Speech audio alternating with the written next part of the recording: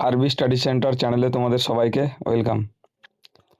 আমরা শুরু করব 2026-এর আপকামিং ডাব্লিউবিপি এসএসসি জিডি কে লক্ষ্য রেখে ম্যাথ মক টেস্ট।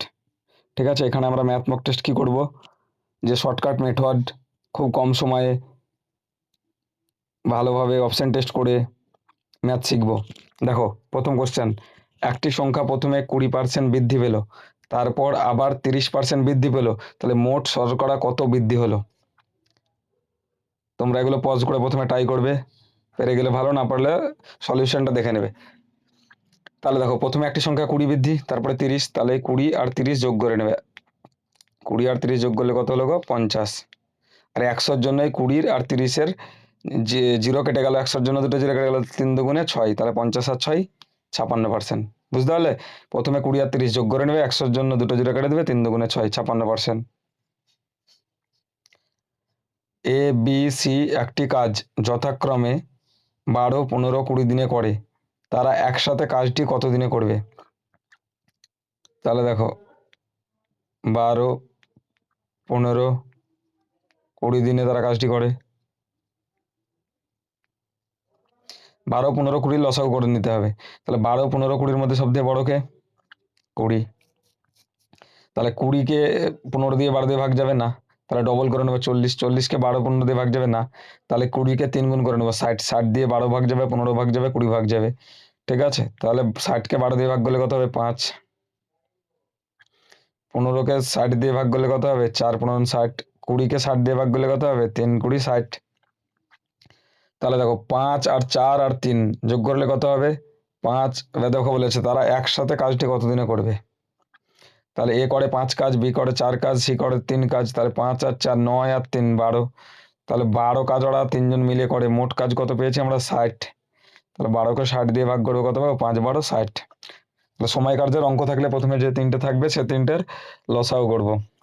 লসাও করে যেগুলো বেরোবে তারা একসঙ্গে বললে সবগুলোকে যোগ করে মোট কাজ দিয়ে ভাগ করে নেব।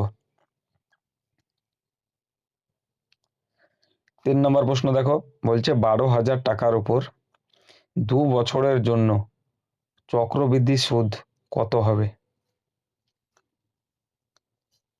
তাহলে দেখো, 12,000 টাকার জন্য চক্রবৃদ্ধি সুদ, দেখো 12,000 টাকার 10% কত বলতে পারবে? এই পার্সেন্টেজ মানেই তো 100। 100-র জন্য দুটো জিরোকে কেটে নিই, আমরা কেটে নিলাম। তাহলে একটা কথা বলো তো, 1200 টাকার 10%, এই যে 120 পড়ে থাকলে এখানে, আর এই 120-র সঙ্গে 10-এর গুণ করলে আর একটা জিরো, তাহলে 1200 টাকার 10%, 12,000 টাকার 10% 1200 না? 1200। তাহলে প্রথম বছর যদি 1200 হয়, দ্বিতীয় বছরে কত হবে? 1200। এটা সরল সুদ হলে অ্যান্সার হয়ে যেত 1200, 1200, 2400। কিন্তু এটা কি সুদ বলেছে গো? চক্রবৃদ্ধি। কি সুদ? চক্রবৃদ্ধি। তাহলে এই দ্বিতীয় বছরের 1200-র আবার 10% বের করব। তাহলে 1200-র 10% আমরা কি করে বের করি? তাহলে এই পার্সেন্টেজের জন্য দুটো জিরো কাটা, তাহলে এই 12 গণিত 10, 120। তাহলে 1200, 1200, 2400 আর 120 কত হলো? 2520। 2520। বুঝতে পারলে? দেখো কি করলাম আর একবার, যে 12,000 টাকার 10% কত? 12,000 টাকা এর 10% কি করে বের করলাম? এই পার্সেন্টেজে মানে 100, দুটো জিরো কেটে দিলাম। তাহলে 12-র পরে এই জিরো, এই জিরো, 1200 পড়ে থাকলো। তাহলে 1200 টাকার 10% কত পেলাম? 12,000 টাকা 10% 1200। তাহলে দ্বিতীয় বছরও 1200। যদি সরল সুদ বলতো 1200, 1200, 2400 আনসার হতো। কিন্তু আমাদেরকে কি বলেছে? চক্রবৃদ্ধি, তাই 2400 আনসার হবে না। প্রথম বছরের সুদ, সরল সুদ, চক্রবৃদ্ধির সুদ একই হয়, মানে প্রথম বছরের সুদটাই সরল সুদ হয়। তাহলে 1200 টাকার আবার 10% বের করব। তাহলে এই পার্সেন্টেজের জন্য দুটো জিরো কাটা, তাহলে 12-র সঙ্গে 10-এর গুণ করলে 120। তাহলে 1200, 1200, 2400 আর 120 কত? 2520। একটি ট্রেন 54 কিমি/ঘন্টা বেগে একটি 210 মিটার প্ল্যাটফর্মকে 20 সেকেন্ডে অতিক্রম করে, ট্রেনটির দৈর্ঘ্য কত? তাহলে একটা জিনিস বুঝো, 54 কিমি/ঘন্টা গতিবেগে যাইও, এটাকে আমরা 5/18 করি, কত সেকেন্ড গেলছে? 20 সেকেন্ড।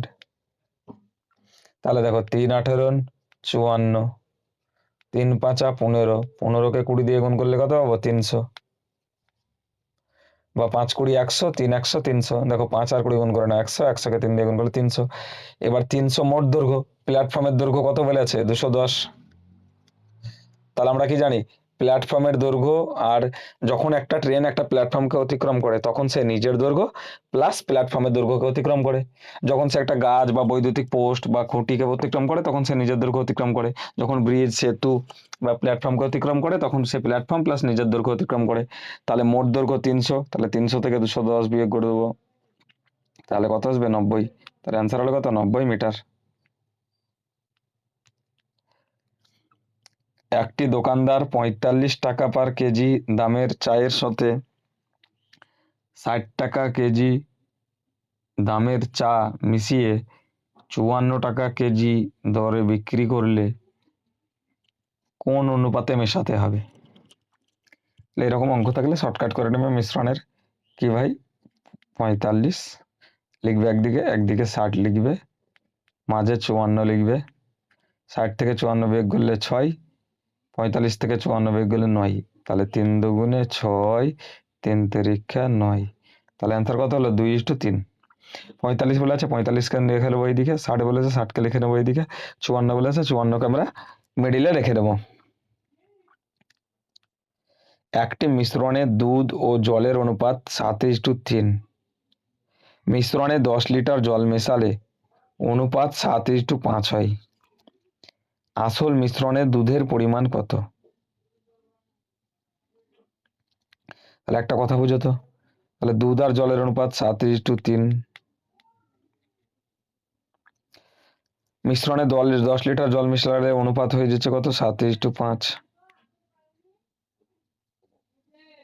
তাহলে একটা কথা বুঝো, এটা কি দুধ, এটা কি দুধ, তাহলে দুধ তো একই আছে, জল মিশিয়েছিল, জল ছিল 3, জল মিশিয়েছে হচ্ছে 5, তাহলে জল কত? প্রথমে ছিল 3, পরে হচ্ছে 5, কত বেড়ে আছে? 2। তাহলে 2 মানে কত লিটার মেশানোর জন্য 2 বেড়ে আছে? 10 লিটার মেশানোর জন্য। অ্যান্সার কি চেয়েছে? আসল মিশ্রণে দুধের পরিমাণ কত? দুধের পরিমাণ কত দুটো মিশ্রণে? 7। তাহলে গণিত 7 করে দেবো, 5 দুগুণে 10, 5 7 35, তাহলে 5 7 35 হয়ে গেল অ্যান্সার। একটি দ্রব্য 20% ক্ষতিতে 800 টাকায় বিক্রি হয়, 20% লাভ করতে বিক্রয় মূল্য কত হওয়া উচিত? তাহলে দেখো, আমরা বলেছিলাম কি যে কোনো জিনিসের দাম আমরা 100 ধরবো, 20% ক্ষতি হলে বিয়োগ করবো, তাহলে কত হলো? 20% ক্ষতি হলে 80, আর 20% লাভ হলে যোগ করবো, তাহলে 100 আর 100, 100 আর 20 যোগ করলে কত হবে? 120। তাহলে একটা কথা ভালোভাবে দেখো, তাহলে 20% ক্ষতি মানে কত? 80%। 80%-এর মান কত টাকা বলে আছে? 800 টাকা। আর 20% লাভ করা মানে কি? 100-র সঙ্গে যোগ, তাহলে আনসার কত? 120। এবার দেখো, একটু সহজ করে কেটে নিই, এই জিরো এই জিরোটা আমরা কেটে নিতে পারি।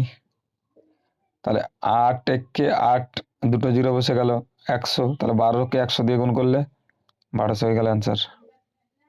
তাহলে ক্ষতি হলে বিয়োগ, তাহলে ক্ষতিতে বিয়োগে বলছে কি একটি দ্রব্য 20% ক্ষতিতে বিয়োগ করলো, বিক্রি করলো, তাহলে 100 থেকে 20 বিয়োগ করলে 80, 80-র মান 800, তাহলে 120% লাভে বিক্রি করলে তাহলে 120-তে কত? দুটি সংখ্যার গসাগু 16 এবং লসাগু 240, একটি সংখ্যা 48 হলে অপর সংখ্যাটি কত? তাহলে দেখো, দুটি সংখ্যার গসাগু লসাগু, তাহলে এর সূত্র হচ্ছে কি? গসাগু ইন্টু লসাগু বাই অপর সংখ্যা।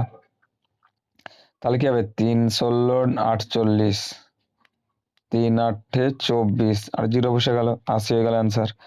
তাহলে দুটি সংখ্যার গসাগু ইন্টু লসাগু বাই একটি সংখ্যা দিলে অপর সংখ্যা বেরিয়ে যাবে।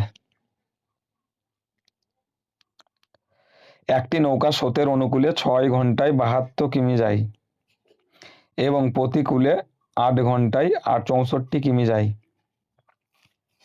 স্থির জলে নৌকার বেগ কত? তাহলে দেখো, একটি নৌকা স্রোতের অনুকূলে 6 ঘন্টায় 72 কিমি যায়, তাহলে 72 যায় 6 ঘন্টায়, হলো, তাহলে 6 × 12 = 72, 12 হলো। তারপর বলছে 64 যায় 8 ঘন্টায়, তাহলে 8 8 64 হলো। তাহলে 12 আর 8 যোগ করে 2 দিয়ে ভাগ, 12 আর 8 যোগ করলে 10, 10 12 আর 8 যোগ করলে 20, 20কে 2 দিয়ে ভাগ করলে 10। তাহলে 153 অনুকূলে যায় 6 ঘন্টায় 72 কিমি, তাহলে 1 ঘন্টায় যায় 6কে 72 দিয়ে ভাগ করলাম 12। প্রতিকূলে যায় 8 ঘন্টায় 64 কিমি, তাহলে 8কে 64 দিয়ে ভাগ করলাম, তাহলে 8। তাহলে স্থির জলে নৌকার বেগ কত? তাহলে 12 + 8 / 2, 10 কিমি পার ঘন্টা। 2 বছর আগে এ ও বি এর বয়সের অনুপাত 3:2। 4 বছর পর তাদের বয়সের অনুপাত 5:4 হবে। এর বর্তমান বয়স কত? তাহলে একটা একটা একটা শর্টকাট ট্রিক্স করা হবে, জানো তো? এর মান কত? 3। আর 3 দিয়ে কোনটা ভাগ গেছে? 3 দিয়ে শুধু 18 ভাগ যায়, তাহলে এটা অ্যান্সার হবে। কিন্তু 2 বছর আগে 3, তাহলে 2 বছর বিয়োগ করে দিলে 16 অ্যান্সার হয়ে গেল। এভাবে করতে পারো, কিন্তু যদি এভাবে না করতে চাও তাহলে শর্টকাট সহজ করো। কার সঙ্গে 2 যোগ করলে 3 দিয়ে ভাগ যাবে। এবার দেখো 3:2 হচ্ছে, আর 5:4 হচ্ছে। তাহলে দেখো 3:2, 2 বছর আগে এ ও বি এর বয়স কত? 3:2। 4 বছর পর তাদের বয়স কত? 5:4। তাহলে 3 থেকে 2 বিয়োগ করলে কত? 1। 5 থেকে 4 বিয়োগ করলে কত? 1। তাহলে 2 বছর আগে আর 4 বছর পরে, তাহলে মোট ক বছর হলো? 6 বছর। তাহলে কত হলো? 6 বছর, তাই তো? তাহলে দেখো এদের পার্থক্য যখন 1, তাহলে 6 বছর হচ্ছে এদের অ্যান্সার। তাহলে এদের পার্থক্য দিলাম 6, তাহলে 3 6 18 বছর। এবার 2 বছর আগে বলেছে, তাহলে বর্তমান বয়স কত? তাহলে এটা 2 বছর আগে ছিল 18 বয়স, তাহলে বর্তমানে হবে 2 বছর পরে 20 বছর। ও, এটা আগে বলে আছে, তাহলে বর্তমান বয়স কত হবে? 2 বছর যোগ করে দেবো, ওটা বিয়োগ হবে না, যোগ হবে, ঠিক আছে? তাহলে 3 দ্বারা ভাগ যাবে 2 যোগ করে, তার মানে 2 বিয়োগ করে নেবো। তাহলে 18 থেকে 18 সঙ্গে 2 যোগ করে 20, তাহলে 20 থেকে 2 বিয়োগ করলে 18, দেখো 3 দিয়ে ভাগ যাবে। 20% ছাড়ের পর একটি জিনিস 640 টাকায় বিক্রি হয়, তাহলে জিনিসটির মুদ্রিত মূল্য কত? তাহলে দেখো 20% ছাড় মানে 100 থেকে বিয়োগ করলে 80, তাহলে 80-এর মান কত বলে আছে? 640। তাহলে আমাদের মুদ্রিত মূল্য, ধার্য মূল্য কত হয় সবসময়? 100। তাহলে আমরা কাটাকাটি করে নিই, 0 0 কেটে গেল, 8 8 64, তাহলে 8 100 800। একটি চৌবাচ্চা এ পাইপ 12 ঘন্টায় ভরে, বি পাইপ 18 ঘন্টায় খালি করে। তাহলে এ পাইপ 12 ঘন্টায় ভরে, বি পাইপ 18 ঘন্টায় খালি করে। দুটি একসাথে খুললে চৌবাচ্চাটি কত সময়ে ভরবে? তাহলে দেখো এই 12 আর 18 লসাগু কত গো? 36। তাহলে 36 দিয়ে 30 ভাগ যায়? যাবে না। দেখো 12 আর 18, 18-এর মধ্যে বড় কে? 18, তাহলে 12 18 দিয়ে ভাগ যায় না, তাহলে ডবল করে নেবো 36। অঙ্কটা করারই দরকার নেই। 36 30 দিয়ে ভাগ যাবে, 36 32 দিয়ে ভাগ যাবে, 36 40 দিয়ে ভাগ যাবে, 36 অ্যান্সার হবে। এবার যদি তোমরা করতে চাও করো। এবার 36কে 3 দিয়ে ভাগ, 12 দিয়ে ভাগ করে কত পেলাম? 3। 36কে 18 দিয়ে ভাগ করে কত পেলাম? 2। তাহলে এই ভর্তি করে 3, এই খালি করে 2, তাহলে 3 আর 2 বিয়োগ করতে হবে, ভর্তি করা খালি করা 1, তাহলে 36কে 1 দিয়ে ভাগ করলে কত হবে? 36 অ্যান্সার। একটি আয়তক্ষেত্রের দৈর্ঘ্য প্রস্থের 3 গুণ, একটি আয়তক্ষেত্রের দৈর্ঘ্য প্রস্থের 3 গুণ, পরিসীমা 64 সেমি হলে ক্ষেত্রফল কত? তাহলে একটা আয়তক্ষেত্রের দৈর্ঘ্য প্রস্থের 3 গুণ, পরিসীমা 64 হলে, দেখো আমরা জানি কি পরিসীমা 2 ইন্টু দৈর্ঘ্যযুক্ত প্রস্থ, মানে পরিসীমাকে 2 দিয়ে ভাগ করে নিতে হয়, মানে দৈর্ঘ্য গণিত প্রস্থর 2 গুণ হয়, তাহলে এটা ভাগ করলে কত হবে? 32। এবার কি বলে আছে, যদি দৈর্ঘ্য প্রস্থ যদি 1 হয়, দৈর্ঘ্য হবে 3, 3 গুণ, তাহলে 1 আর 3 যোগ করলে কত হবে? 1 আর 3 যোগ করলে হবে 4, তাই তো? তাহলে এবার 32কে 4 দিয়ে ভাগ করবো, 4 8 32, তাহলে কি 3 8 24, আর 8 কে 8, তাহলে দৈর্ঘ্য হলো 24, প্রস্থ হলো 8, আর এদের ক্ষেত্রফলের সূত্র কি? দৈর্ঘ্য গণিত প্রস্থ। তাহলে 24কে যদি 8 দিয়ে গুণ করি, কি করে গুণ করব? 20কে 8 দিয়ে গুণ করো, 8 20 160, মানে 8 2 16, আর 4 8 32, তাহলে 160 আর 32 যোগ করলে কত হলো? 192। দেখো আরেকবার, যে একটি আয়তক্ষেত্রের দৈর্ঘ্য প্রস্থের 3 গুণ, পরিসীমা 64 হলে ক্ষেত্রফল কত? দেখো আয়তক্ষেত্রের পরিসীমা কত? 64, তাহলে পরিসীমা 2 ইন্টু দৈর্ঘ্য যুক্ত প্রস্থ, 64কে 2 দিয়ে ভাগ করে নেবো, 2 ইন্টু দৈর্ঘ্য যুক্ত প্রস্থ হয়, তাহলে 64কে 2 দিয়ে ভাগ করলে 32। এবার আমাদের প্রস্থ 1, ক্ষেত্রফল দৈর্ঘ্য কত? 3, তাহলে 1 আর 3 যোগ করলে 4, তাহলে 4কে 32 দিয়ে ভাগ করবো, 4 8 32, তাহলে 3 8 24, 8 1 8, তাহলে 24 আর 8, তাহলে দৈর্ঘ্য গণিত প্রস্থ, তাহলে 24 আর 8 গুণ করলে কত হবে? 192। একটি রম্বসের একটি কর্ণের দৈর্ঘ্য 16 সেমি, অপর কর্ণের দৈর্ঘ্য 12 সেমি, রম্বসটির ক্ষেত্রফল কত? তাহলে দেখো একটি রম্বসের কর্ণের দৈর্ঘ্য 16, দেখো এই কর্ণ, দুটা কর্ণ মানে হাফ ইন্টু আর একটি কর্ণ গণিত আর একটি কর্ণ, এরকম যদি অঙ্ক থাকে, ঠিক আছে, তাহলে কি হবে? 8 দুগুণে 16, 8 12 96। রম্বসের ক্ষেত্রফলের সূত্র হচ্ছে হাফ গণিত একটি কর্ণ গণিত আর একটি কর্ণ, তাহলে একটি কর্ণ 16, একটি কর্ণ 12, তাহলে হাফ গণিত 16 আর 12।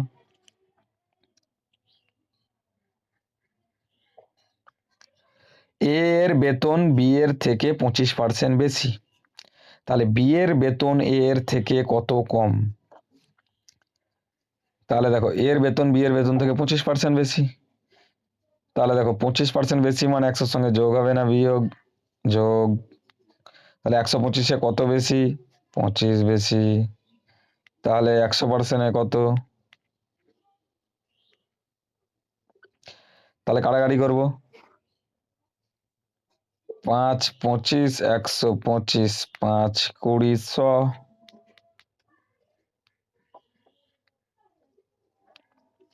একটি বর্গক্ষেত্রের কর্ণের দৈর্ঘ্য, একটি বর্গক্ষেত্রের কর্ণের দৈর্ঘ্য 10√2।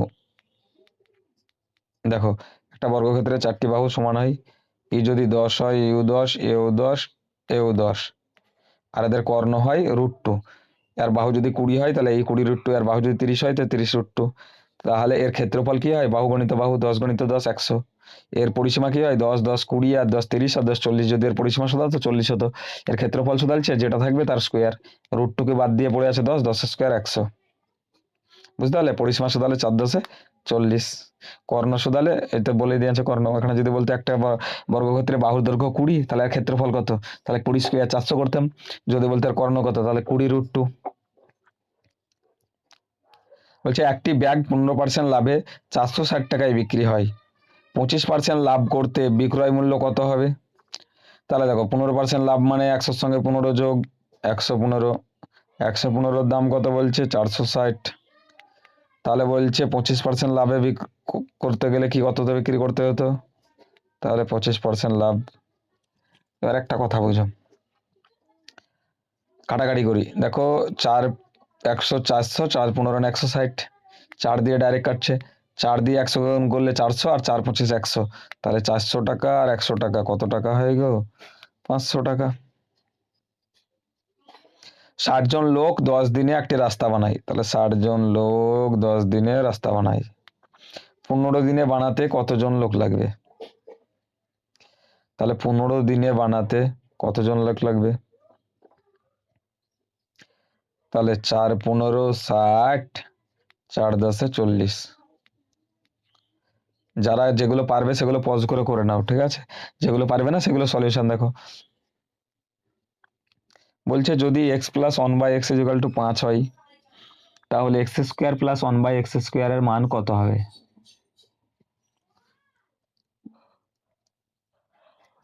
তাহলে দেখো এক্স প্লাস 1/x = 5, তাহলে x square plus 1/x square কত?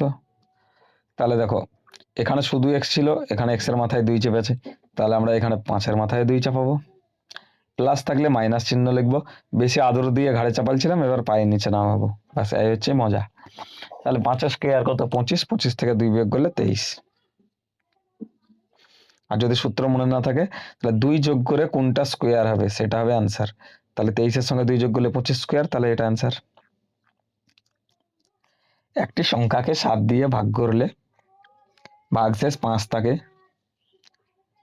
সংখ্যাটির বর্গকে 7 দিয়ে ভাগ করলে ভাগশেষ কত হবে? তাহলে একটি সংখ্যাকে 7 দিয়ে ভাগ করলে 5 ভাগশেষ থাকে। সংখ্যাটির বর্গকে 7 দিয়ে ভাগ করলে কত ভাগশেষ থাকবে? তাহলে একটি সংখ্যাকে 7 দিয়ে ভাগ করছি, 7, 5 ভাগশেষ থাকতে, তাহলে 7 আর 5 যোগ করলে কত? 12। এবার বলছে এই সংখ্যাটাকে বর্গ করতে, তাহলে 12 স্কোয়ার কত? 144।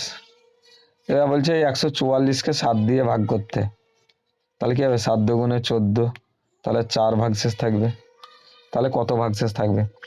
7 আর 5 বলছে 7 দিয়ে ভাগ করলে 5 ভাগশেষ থাকে, তাহলে 7 আর 5 যোগ করলাম, কত হলো? 12। এবার বলছে সংখ্যাটির বর্গকে, তাহলে 12 বর্গ, 12 স্কোয়ার বর্গ কত? 144।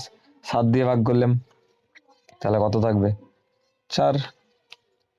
বলছে 800 টাকার 40% এর 25% কত? তাহলে 800 টাকার 40% এর 25% কত? দেখো ভাই এগুলো কি করে করবে? দেখো 800 টাকার 40%, আমি কি বলেছিলাম? এই পার্সেন্টের জন্য দুটো জুড়ে কেটে দাও, 4 8 32, 320 টাকা। 320 টাকার 25%, তাহলে 25 মানে 1/4, 4 দিয়ে ভাগ করতে হয়। কেন বলো তো? 25% লেগে নিচে 100 বসাতে হয়। দেখো 0 0 কেটে দিলাম, 5 দুগুণে 10, 5 5 25, এবার কি 16 দুগুণে 32, তাহলে 5 16 80। ঠিক আছে। আর তোমরা যদি এইভাবে করতে এখন অসুবিধা হয়, তাহলে এইভাবে করো, শর্টকাট থেকে যদি না করতে পারো। ঠিক আছে, তাহলে কি করবে? 800 গণিত 40/100 গণিত 25/100 পার্সেন্টেজ। তাহলে এই 0 0 0 0 কাটা, 4 25 100, 4 10 40, 8 10 80, এভাবে করবে। একটি ঘড়ি 15% ক্ষতিতে 1700 টাকায় বিক্রি হয়, তাহলে 10% লাভ করতে হলে বিক্রয় মূল্য কত?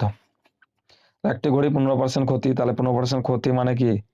100 থেকে বিয়োগ, 100 থেকে 15 বিয়োগ করলে 85, 85-র মান 1700, 85-র মান 1700। তাহলে 10% লাভ 100-র সঙ্গে যোগ না বিয়োগ? যোগ। তাহলে 110-এর মান কত? কাটাকাটি করবো। দেখো ভাবি এই দুটো জিরো নাই, ভেবে কাটাকাটি করতে পারি না আমরা? যে 17 একে 17, মানে দুটো জিরো বসে দিলাম, 5 17 80, 85, 5 দুগুণে 10, 8 জিরো বসে গেলে 20, 11 দুগুণে 22, 22 আনসার।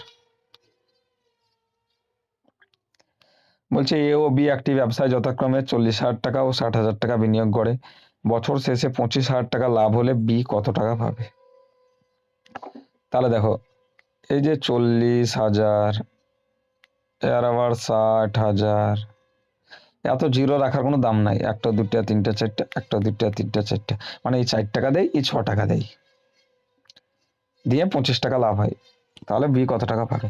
তাহলে 4 আর 6কেও আরো কেটে নাও, 2 দুগুণে 4, 3 দুগুণে 6, 2 আর 3 কত? 5, তাহলে 5 টাকা মোট হয় ওদের টাকা। টাকা পেয়ে আছে কত? 25, ধরো জিরো সব কেটে দাও, তাহলে বি কত টাকা পাবে? বি কত গো? 3, তাহলে 3 দিয়ে গুণ করবো, তাহলে দেখো 5 5 25, 3 5 15, 15 কোনটা আছে? এটা যেমন জিরো কেটেছিলাম, জিরো গুলো আবার শেষে লাগিয়ে দিলাম। একটি বৃত্তের ক্ষেত্রফল 154 বর্গ সেমি স্কোয়ার, তাহলে ব্যাসার্ধ কত? দেখো আমরা বৃত্তের ক্ষেত্রফলের সূত্র জানি পাই আর স্কোয়ার, আর পরিধির সূত্র হচ্ছে 2 পাই আর। ঠিক আছে, তাহলে আমরা জানি 22-এর 7, পাই এর মান 22-এর 7, তাই 7 দিয়ে কাটবে, তাই 7 অ্যান্সার হবে। 7 তো 7 দিয়ে কাটবে, এটা ট্রিক্স। আর যদি এটা শিখতে চাও, দেখো পায়ের মান কত? 22-এর 7, আর স্কোয়ার মানে আর গণিত আর দিয়ে কত দিয়ে আছে? 154।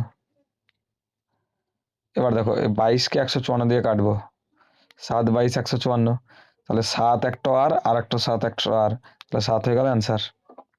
আর যদি এর শর্টকাট শিখো তো কি করে শিখবে? দেখো ধরো একটা বৃত্তের বললো, একটা বৃত্তের পরিধি 7, একটা বৃত্তের ব্যাসার্ধ 7, তাহলে এর পরিধি হবে 44, ক্ষেত্রফল হবে 154। যদি বলে এর ব্যাসার্ধ 14, তাহলে এটা হবে 44-এর ডবল, 88। আর এটা পাই আর স্কোয়ার মানে 2 স্কোয়ার 4, 4 গুণ, তাহলে 616, 154কে 4 616। এটা যদি 21 হয়, তাহলে এটা 3 গুণ 132, আর এটা 3 স্কোয়ার 9 গুণ, তাহলে হবে 1316, 86।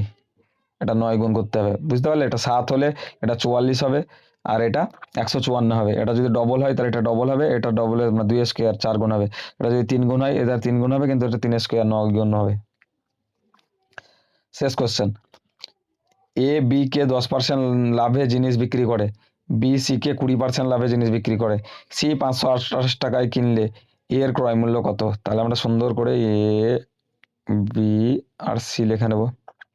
তাহলে এ বিক্রি করে, এ বি কে বিক্রি করে 10% লাভে, তাহলে এ বি কে বিক্রি করে 10% লাভে, আর বি সি কে বিক্রি করে 20% লাভে। তাহলে সি 528 টাকায় কিনলে এ কত টাকায় কিনে আছে? তাহলে এ ধরো 100 টাকায় কিনে আসলো, 10% লাভ করে 110 টাকায় বিক্রি করে আছে বিকে। বি আবার 110 টাকাটা আরো 20% লাভে, তাহলে 110-এর 20% কি করে বের করি আমরা?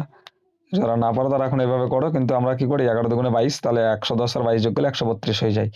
জিরো জিরো কেটে দিলাম, জিরো জিরো কেটে দিলাম, 11 দুগুণে 22, তাহলে 110 আর 22 যোগ করবো, তাহলে 110 আর 22 যোগ করলে 132, 132 হলো। এবার কি বলছে, সি 132 টাকায় পেয়ে আছে, এ পেয়ে আছে 100 টাকায়, তাহলে সি 132, এ 100, সি 132 100, তাহলে দেখো বলছে সি পেয়ে আছে 132, 132টা বলছে 528 টাকা, আর এ কিনে আসলো 100-তে, তাহলে এর বের করতে বলে আছে। তাহলে এটা কাটাকাটি করব, তাহলে দেখো এই শেষে এই 2 আছে, শেষে এই 4 আছে, এই কত গুণ? শেষে 8, শেষে 2, 4 2গুণে 8, দেখো এটা 4 গুণ, তাহলে 4 100 400, 4 100 400। ঠিক আছে, এইভাবে কাটাকাটি শর্টকাট করতে হবে। তার কারণ পরীক্ষার জন্য তুমি কত কম সময়ে কত ভালোভাবে অ্যান্সার করতে পারছো সেটা দেখবে। ঠিক আছে, আজকে মক টেস্টটা করলাম। এইভাবে তোমরা প্রায় আমার এই চ্যানেলে ডাব্লিউবিপি এসএসসি জিডি এছাড়াও আরও সিরিজ চলছে, ডাব্লিউবি গ্রাম panchayat, English, math, GI, GK, general science, topic wise, সেই ভিডিওগুলো প্লে লিস্টে গিয়ে দেখতে পারো। যদি আমার ভিডিওটা ভালো লাগে তাহলে অবশ্যই একটা লাইক, কমেন্ট, বন্ধুদের মাঝে চ্যানেলটা শেয়ার করে দেবে এবং একটা সাবস্ক্রাইব করবে। এরকম ভিডিও তোমরা এই চ্যানেলে প্রায় পেতে থাকবে।